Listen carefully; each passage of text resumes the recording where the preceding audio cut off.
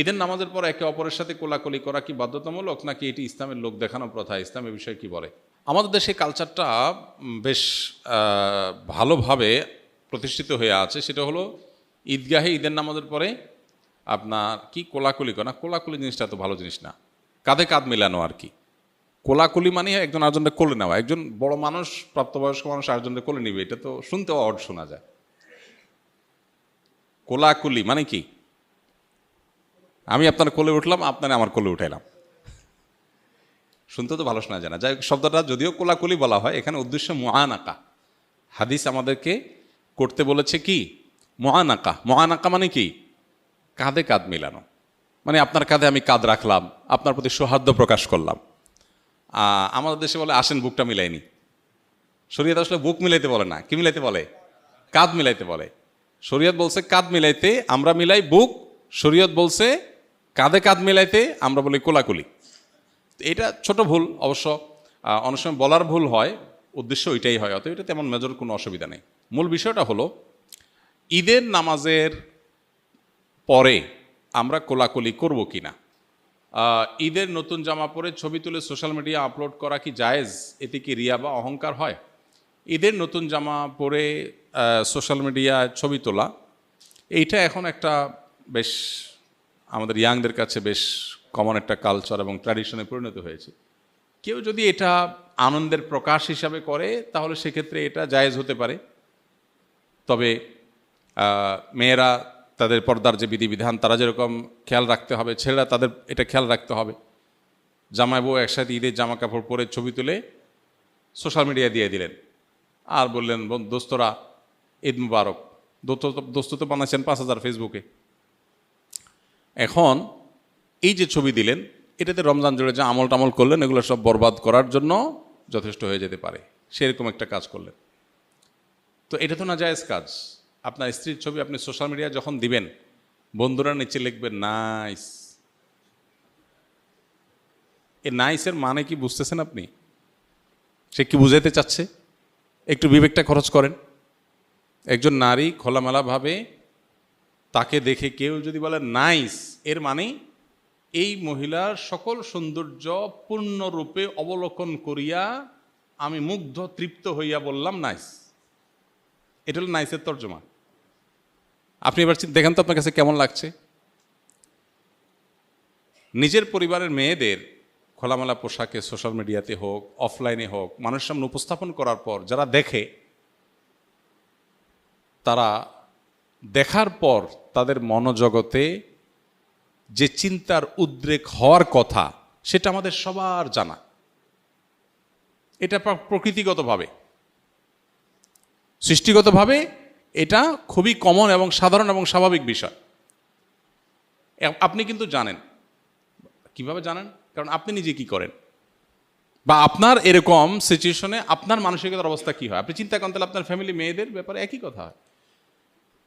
যেগুলো মানুষ মনে মনে চিন্তা করে, এগুলোতে মুখে বলতো আপনি জুতা নিয়ে দৌড়াতেন, কিন্তু আপনি বুঝো না বুঝার ভান করছেন। শরীয়ত কেন পর্দার বিধান দিয়েছে? আপনি নিজেকে খুব উদার, খুব ব্রড, খুব আপনি একেবারে অনেক স্মার্ট, আধুনিক বানাচ্ছেন। আপনি তো আসলে সেকেলে। আপনি আপনার পরিবারের মেয়েদের মানুষের সামনে তাদের সৌন্দর্য উপস্থাপন করার মধ্য দিয়ে মানুষের কাছে যে বাজেভাবে তাদের উপস্থাপন করছেন, তাদের যে অপমান করছেন, এটা আপনি বোঝারও চেষ্টা করছেন না। শত শত পুরুষ দেখছে, মানলাম কেউ হয়তো অন্ধ, চোখের জ্যোতি কম, দেখেই নেবে ছাড়া। হতে পারে কিছু মানুষ ফিজিক্যালি অসুস্থ, তার মনে বাজে চিন্তা আসার সুযোগই নেই, অসুস্থ।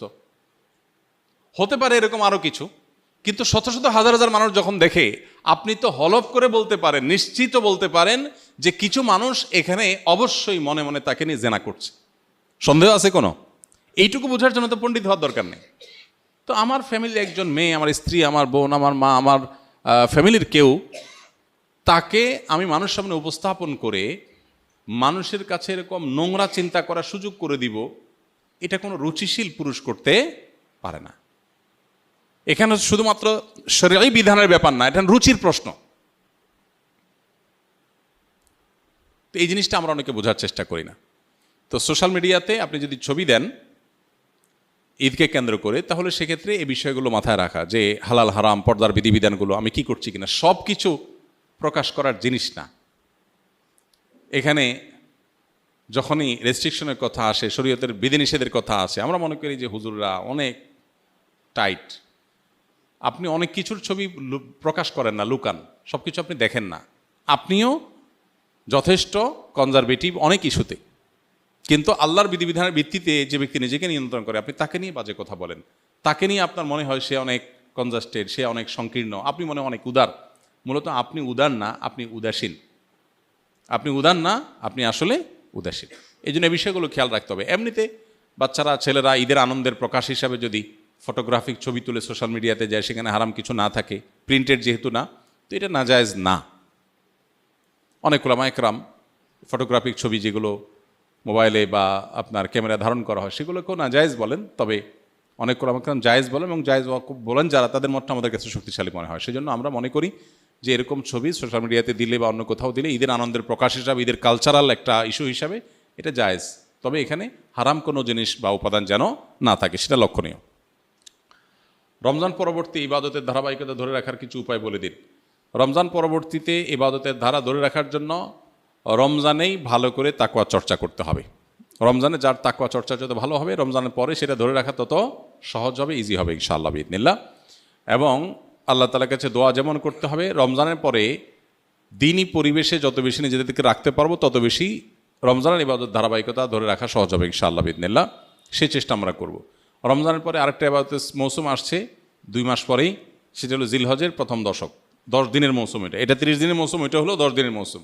এই মৌসুমগুলোতে খুব বেশি সুন্নাহসম্মত আমলগুলো, কোরআন হাদিস বাতানো আমলগুলো যদি করতে থাকি, তাহলে 2 মাস পরে আবার রিচার্জ হয়ে যাবে, সেটা দিয়ে আমরা আবার কিছুদিন চলতে পারবো ইনশাআল্লাহ। এভাবে শরিয়া যে আদেশ নিষেধগুলো করেছে সবগুলো কিন্তু আমরা পরিপূর্ণভাবে পালন করি ইনশাআল্লাহ বিইذনিল্লাহ, সারা বছরই ইবাদতের ধারাবাহিকতা ধরে রাখা সম্ভব হবে। আল্লাহ তাআলা আমাদের সবাইকে আমলের তৌফিক দান করুন। জাযাকুমুল্লাহ খাইর। কাঁধে কাঁধ মেলানো এটা ঈদের কোনো সুন্নাহ না।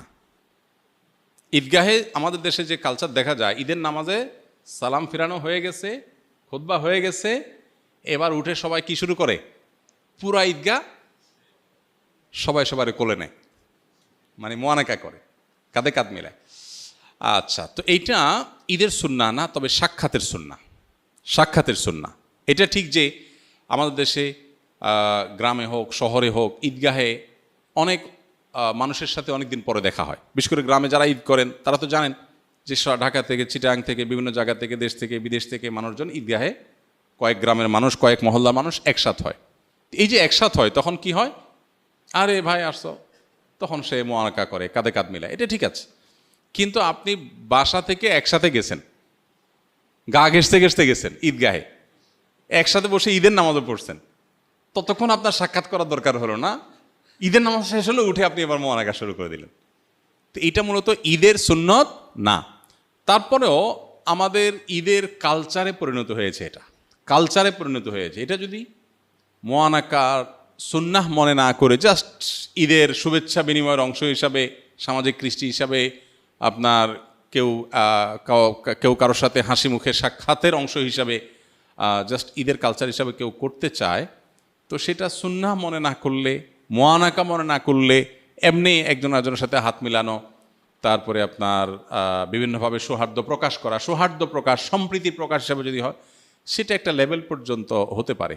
বাট এটা আমাদের দেশে মোটামুটি ঈদের সুন্নাহ হিসাবে অনেকে মনে করেন এবং প্রতিষ্ঠিত আছে। এই ধারণাটা আমাদের ভাঙতে হবে যে এটার সাথে ঈদের সুন্নাহর কোনো সম্পর্ক নাই। তাছাড়া ঈদের শুভেচ্ছা বিনিময় মূলত তাকাব্বালাল্লাহু মিন্না ওয়া মিনকুম, আল্লাহ তোমার এবং আমাদের ঈদের নেকামল কবুল করুক, এটা হলো ঈদের শুভেচ্ছা। এই সুন্নাহ সম্মত উপায়ে আমরা ঈদের শুভেচ্ছা প্রকাশ করব। একটি রোজার নিয়তে কি কাজা এবং শাওয়ালের নফল উভয়ের সওয়াব পাওয়া সম্ভব? অর্থাৎ এক রোজায় কি 2 নিয়ত করা যাবে? না, এটা আপনি করতে পারবেন না। ফরজ রোজার নিয়ত করলে সেখানে আবার নফলেরটাও নিয়ত করতে পারবেন না। তবে নফলের 2টি একসাথে নিয়ত করতে পারবেন। যেমন সোমবার বৃহস্পতিবার রোজা রাখলেন, চাঁদের 13, 14, 15 রোজা রাখলেন, আবার শাওয়ালের রোজারও নিয়ত করে নিলেন, এখানে ইনক্লুড করতে পারবেন, 2টা নিয়তই একসাথে করতে পারেন। আর ফরজ কাজা রোজা আছে, সেটা রাখলেন, একই সাথে আবার শাওয়ালের 6 রোজা রাখবেন, সেটা আদায় হবে না। শাওয়ালের 6 রোজা রাখলে কি আসলেই সারা বছর রোজা রাখার সওয়াব পাওয়া যায়? এই হিসাবটা ইসলামে কীভাবে করা হচ্ছে, এটা আমরা বলে ফেলেছি ইতিপূর্বে।